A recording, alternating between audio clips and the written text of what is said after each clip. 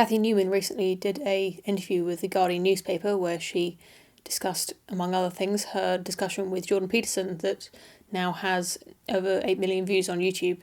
I'm sure I'm not the only one who's curious to see how Cathy Newman feels about her encounter with Jordan Peterson and the social media response to it afterwards. So I thought I'd share with you what she said in the interview and perhaps make some speculation about what she might be thinking that would lead her to say that. When asked whether she gets nervous before interviews, she said, "I don't get nervous, routinely not, as long as you're well prepared." I think her comment about being well prepared is somewhat interesting considering how ill prepared she seemed to be for her interview with Jordan Peterson. It seemed like she had no idea who he was or what he really thought. She seemed to just have about 5 bullet points of the main things that people think about him, about 4 of which aren't correct. The article says, although this isn't a direct quote from Cathy Newman, that she and Jordan Peterson argued over the existence of the pay gap, which he denied as a qualitative fact, which I think is a pretty sneaky way of undermining Jordan Peterson's credibility by stating that he doesn't believe in the pay gap, which probably a lot of Guardian readers do believe in, without going into any details of why he thinks that. A lot of Guardian readers will read that and categorise him as some sort of crazy misogynist extremist. No matter how many times Jordan Peterson and others like him dispute the gender wage gap and give explanations for why women tend to earn less than men that have nothing to do with sexism or discrimination or hiring practices, it still keeps coming back. People still keep bringing it up. I saw an interview with Thomas Sowell where he debunked the wage gap 30 or 40 years ago, and yet it's still being talked about as if it's gospel truth. But you would also have to agree that, generally speaking, women are paid less, for example, for the same jobs as men. No, I would not. I would not agree with that. If you're talking about women with the same number of years of experience, with the same continuous service, etc., then when I look at that, I don't find that disparity. I find, for example, in many cases, the women are making more, depending upon how you break the data down. Feminists and mainstream media and people who aren't even feminists keep bringing up the wage gap as if it's evidence for sexism, but it just isn't. How long is it going to be until that myth just dies and we can just stop talking about it? When Cathy Newman was asked how she thought the interview with Jordan Peterson went, she said, "Was it my finest interview? Probably not. You win some, you lose some." Paired together with a previous statement about being well prepared for interviews, I think it seems like she is without remorse over this interview. She just puts it down to just one of those things. Some interviews just go badly for her, apparently. Of course, she has to save face in this situation, and I wasn't really expecting her to beg for forgiveness, but I would have appreciated at least an acknowledgement that she was not very well prepared for that interview, and perhaps she should have done a little bit more reading on Jordan Peterson and perhaps even read his book, which she was there to talk to him about. But it seems like she's just content to put it down as just one of those things that's part of her job, as sometimes doing bad interviews, apparently. Most of this Guardian article was about abuse, and Cathy Newman was forthcoming with her stories about how many mean tweets she got and abusive comments and, yes, threats on her life. I want to take this moment to point out that just because no threats against her life were made public, it doesn't mean that there weren't any threats against her life. There are lots of ways that she could have been threatened that wouldn't have been made public and wouldn't be immediately evident to the casual observer.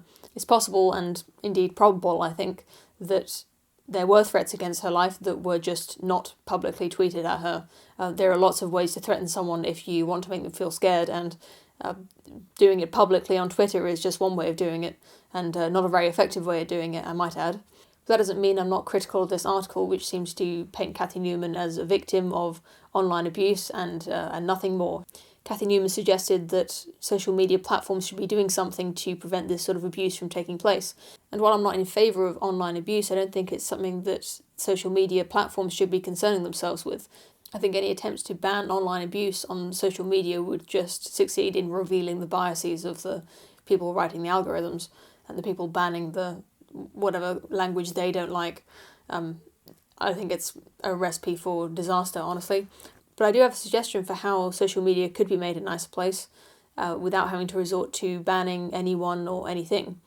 On certain internet forums, whenever you write a post with a swear word in it or an offensive slur in it, the word that you've typed is replaced by a much more innocuous word that is sort of funny in nature and light-hearted, which sort of undermines whatever harsh criticism you're trying to give.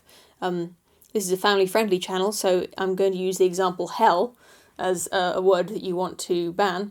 So if you wanted people to stop saying hell in social media, all you'd have to do is to replace the word hell. Every time someone writes it, you replace it with heck, or even rainbow, or bunny, or hill even. Something ridiculous, I think, would be more effective than heck.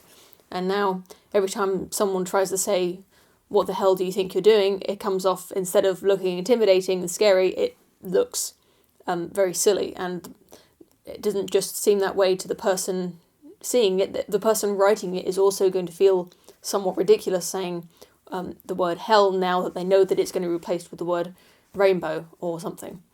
What's more, I don't think it even counts as censorship, since all of the words that have been replaced with other words will be it'd be a one-to-one translation, so that whenever the word bunny shows up, you could easily look up online, or you'd probably get to memorize them after a while. You look it up and find out, oh, that person meant to say hell.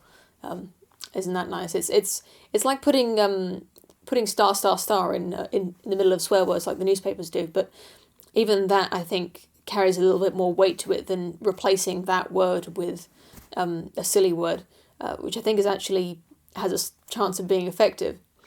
Those are just some of the thoughts I had when I was reading this article and when thinking about it since. Number one, Kathy Newman probably should have shown just a little bit more remorse about the way the interview was prepared, or how it wasn't. Number two, why won't the wage gap die? And number three, should social media be made nicer? And if it should be made nicer, how should that be implemented? If you have thoughts on any of these ideas, then please leave a comment and let me know what you think. I'd be really interested to hear from you. As always, thank you for watching, and I'll see you again soon.